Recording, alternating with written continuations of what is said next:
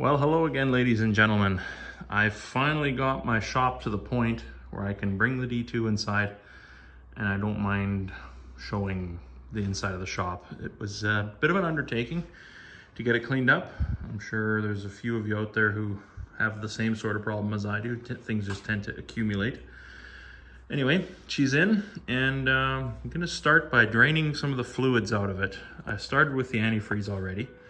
It's actually not that bad.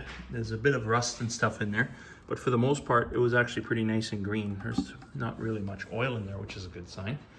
I did take the valve cover off, and we can have a look in there. Everything actually looks really nice and clean. There was a bit of water sitting on the top, but I'm pretty sure that was from me pressure washing it the other day. Because, yeah, it had the hood on it and whatnot. It did sit outside before I did buy it, but everything looked quite nice and clean in here. We'll just pop this off and you guys can have a look.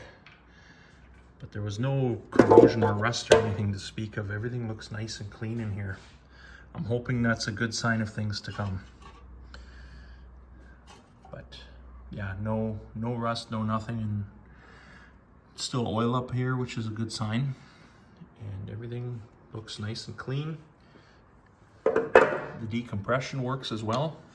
You can see the intake valves being held open when you hit the decompression. So what I'm going to do is I'm going to go get a drain pan and we'll start by draining the engine oil. So just stand by for a second. Okay, now I'm back with a cheater. Let's see what we can do here. Have to move it over one notch. Yeah, this plug probably hasn't been out since the mid-70s, if that. So there we go, got it loose.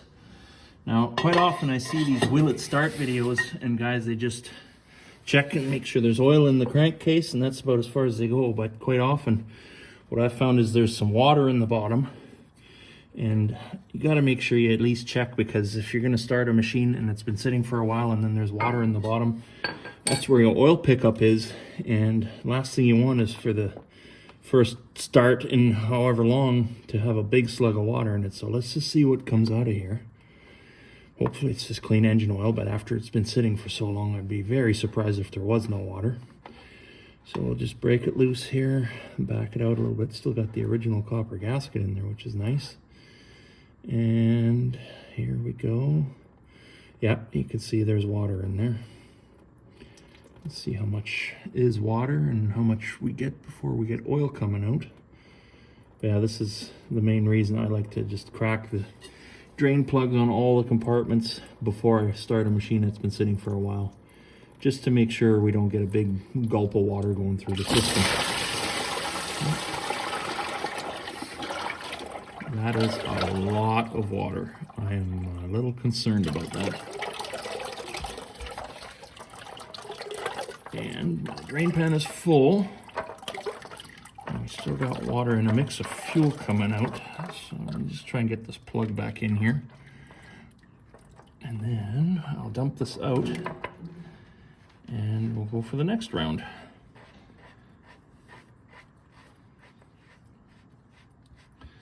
All right. That's actually mostly oil.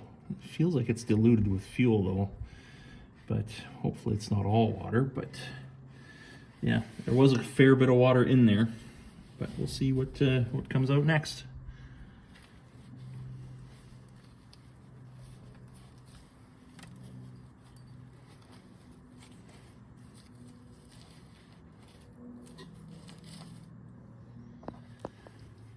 All right, got the drain pan emptied. Let's see what else comes out. Actually, it wasn't all that much water in there once I dumped it into my waste oil drum.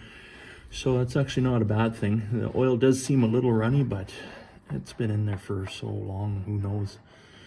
But there's a bit more water yet. Yeah. It's pretty thin oil, so I wonder if it's been fuel diluted. The old D69U I had, it had a seal gone in the transfer pump housing, and what happened was it would pump fuel directly into the engine oil. And we'll see once we get this apart if that might have been doing the same thing. But so far this actually doesn't look that bad. Like I say, there was a bit of water in there, but not as much as I initially thought. So we'll let this drain and then we'll move on to the transmission. Okay, so I figured while we're waiting for the oil to drain, I would show those of you who aren't familiar with these older Caterpillar machines how to actually start one of these. There is no electric start system on this machine. All you have is this here gas engine. This is a horizontally opposed 2-cylinder gas engine. There used to be a spark plug here. I took it out when I took the head off just to see how it looks in there. And there's one on the other side. It's a magneto-driven magneto ignition engine. There's a magneto right in there, and that's what provides your spark. And there's a switch for it right here. It's still got the original switch, which is really cool. Then you got a choke and a throttle here for your starting engine, a decompression lever for your main engine. You have your pinion engagement, and then a clutch here to couple the starting engine to the main engine. So how you start it is you turn the gas on. You always want to shut these down by turning off the fuel instead of turning off the spark. Then you have the flywheel here, and what you do is you wrap a rope around it, a couple of turns, and in the direction of this arrow here. And then you give this a yank, and hopefully your pup engine starts, or the starting engine as it's known. And then once that is running, you let it warm up for a minute or two. And eventually what you'll do is you'll engage these levers here to get the main engine turning. And you put the decompression lever to the start position so that the pup engine or the starting engine isn't fighting the compression of the main engine right away. And then you get some oil pressure built up, some fuel pressure. And once that comes up, then you engage the compression. So now you got the engine, the main engine building compression, and it's starting to really warm up. And what'll happen too is the starting engine and the main engine share the same water for cooling, or the same coolant, I should say, not necessarily water. And so all the while that this engine is running, it's also heating up the coolant for the main engine, which helps it warm up as well.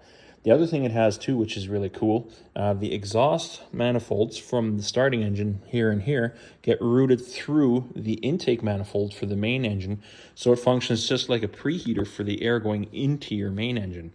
And that also helps it start. So eventually, once this thing is warm enough, you open your main engine throttle, and the thing should take off if it's warm enough. If not, you just let it run, let the starting engine run, I should say, until you feel like it's time to try again. And you try it again, and then hopefully the main starts up. And once it does, this here will kick out, and then you shut the starting engine off by turning off the fuel to the pup engine. That way it doesn't have fuel gathering up and then in through the carb and end up in the crankcase, which will do bad things and dilute the oil. So those in the know always shut the fuel off. Now, I've never actually used one of these to start a machine. I did have an old D69U, which was just a bigger version of this machine, quite a bit bigger actually, but same sort of engine, same engine family. This is the D311 diesel engine. My D6 had a D318, which was somewhat bigger displacement and 2 more cylinders, so it was a 6-cylinder diesel. But when I got it, the starting engine had been removed and it had been replaced by a direct electric start. And the fellow I bought it from actually had the engine blow up on him. It threw the number 5 connecting rod. He told me that he needed ether to start it every time, and my guess is he just overdid it on the ether, and one day bad things happened and it blew up on him. So I bought a replacement engine, but it didn't come with a pup engine either. So I just moved the electric start and everything over to it, and then that engine actually ran quite nice. And unfortunately, I ended up selling that machine. I wish I would have kept it, but she's gone down the road, and shortly after I sold it, a little while later, the gentleman who bought it from me unfortunately had a final drive let go on him, which is unfortunate. But yeah. But that is how these machines start. So once I get this thing to the point where we can run it, I'm going to have to find a way for somebody to actually show me what they're doing, or watch some YouTube videos. Actually, there's another YouTube channel out there, Squatch253. He did a very, very detailed series on restoring one of these machines. Excellent channel, well worth checking out. And he's actually got a detailed starting sequence, so I'll have to make sure I watch that in its entirety again, just to make sure I do this correctly when the time comes. Alrighty, so that is how that works, and if I got anything wrong, by all means, please, those of you who have experience with this type of system, please let me know, and that way we can make some corrections. All right, let's move on to draining the transmission. Okay, so quickly before we get to the transmission, one thing I noticed here, this drain pipe, this is the drain for the engine oil drain for the starting engine. And it was wet with oil here after I put a bunch of fluid into the cylinders and tried pushing it through with my air fitting there, like I was saying on the last video. And then I noticed this here was leaking, and you can just maybe, I don't know if you can see on the camera, but there's a hairline crack all the way down this pipe here.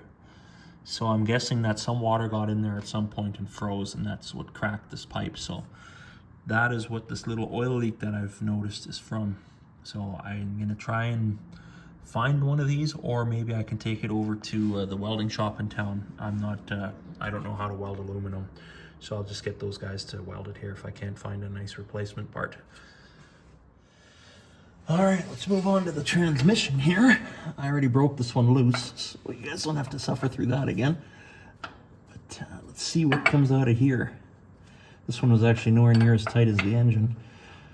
And I noticed pulling the transmission dipstick, it was pretty thick and brown, sludgy looking stuff, so we'll see what's in here.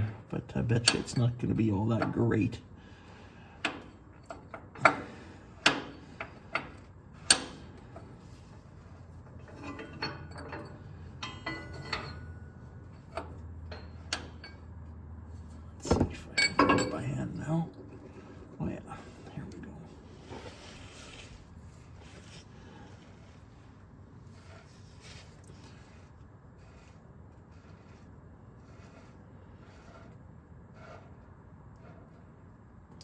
And what do you know?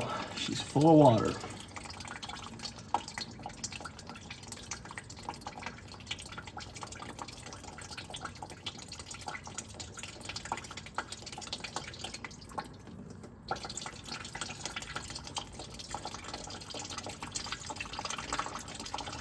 Just let that run out of there a little bit. But yeah, this is a great reason, again, to pull your drain plugs and at least let whatever water is in there out before starting a machine that's been sitting for the longest time.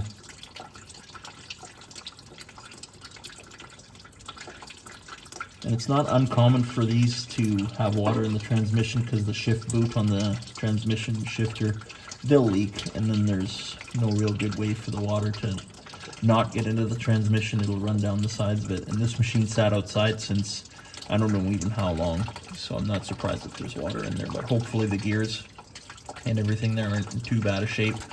Usually if they have some heavy enough oil in there, the oil will coat the gears and give them kind of a protective film against rusting and stuff from water exposure, so hopefully that's the case, but we'll find all that out once we actually open the transmission up and get in there.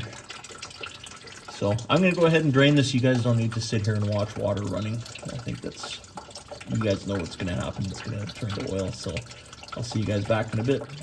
Alrighty, so while I'm waiting for the transmission to drain, there was a strange drip of water coming down from somewhere up in here. So I pulled off the floorboard and then the steering clutch cover, and it's full to the brim of water. Now, amazingly enough, these steering clutches, or at least one of them, still works, because when I brought the machine in here, I tied both steering levers back and it was actually able to steer. I was able to counter-rotate, or not counter-rotate, but rotate the tracks independently of one another. Before, when I moved the machine into the backyard, I had my 8-year-old son pulling back on the steering levers. And he's not all that super strong, so I'm guessing that he didn't have the levers fully disengaging the clutches. But when I did pull them all the way back, yeah, it did actually spin the two tracks at separate speeds. So one of them at least works, but yeah, this is, I was not expecting this much water in there. So that's gonna get drained next. All right, so yeah, as you can see, there was a bit of water in there. Those things are supposed to be dry. So there you have it. She's got some water in her. I'm gonna let this drip here for the next little while, and I'm gonna carry on to the next step, which will be tearing into the engines. And in order to do that, I need to build myself a gantry hoist, because I have no way of lifting all these heavy components. I have a chainfall hoist and I have a big beam, and I've got some caster wheels coming. So the next step is going to be building a gantry hoist that I can use here in my little shop. I've got pretty good ceiling height here, so I should be able to lift all this stuff very well, make a nice tall A-frame gantry. So that'll be on the next video. Until then, take care. Okay, so me again. Just having a look here. This is probably one of the places that the water got into the steering clutch compartment, because this is a nice downhill run here. And this piece of gasket was outright missing. So probably what happened is somebody went in there and adjusted the steering clutches and brakes at one point and didn't bother checking that, and that made a nice ingress for water. I don't know what the other side's like. I haven't opened that up yet, but that is more than likely how the water got in there. So yeah. Anyway, we're going to take this whole thing apart anyway and clean everything up in there and repair what needs to be repaired, replace what needs to be replaced. So she'll be just like new inside once we're done with her. All right, see ya. Alrighty, so curiosity got the better of me. I was going to end the video earlier here, but I've just decided to pull the back cover off this transmission just to see what things look like. And actually, it's dirty, but it's not bad. I was expecting it to be very rusty and whatnot in there with all the water, but it had this really heavy sludgy oil in it, and it seems to have covered and coated all the gears quite nicely. So this is actually looking really, really good in here. Once we get in there and get everything apart, I'm sure we'll probably have to change a couple bearings, but right now, sorry about the light there, right now I'm actually really happy with how this looks. I was expecting a lot worse. You can see up there the shift rails, everything seems to be pretty clean. So once we do get into this end of things, we will see what it all needs. But for now, I'm actually not unhappy with what I see here. There's a little tiny bit of rust on the bevel gear there. Sorry about the light again. But yeah, there's a little bit of rust there on the bevel gear, right about where that water level and oil level would have met. But for the most part, this is looking really, really nice in here. So, okay, I promise this is now the end of the video. Take care of yourselves, guys, and we'll see you on the next one. Bye now.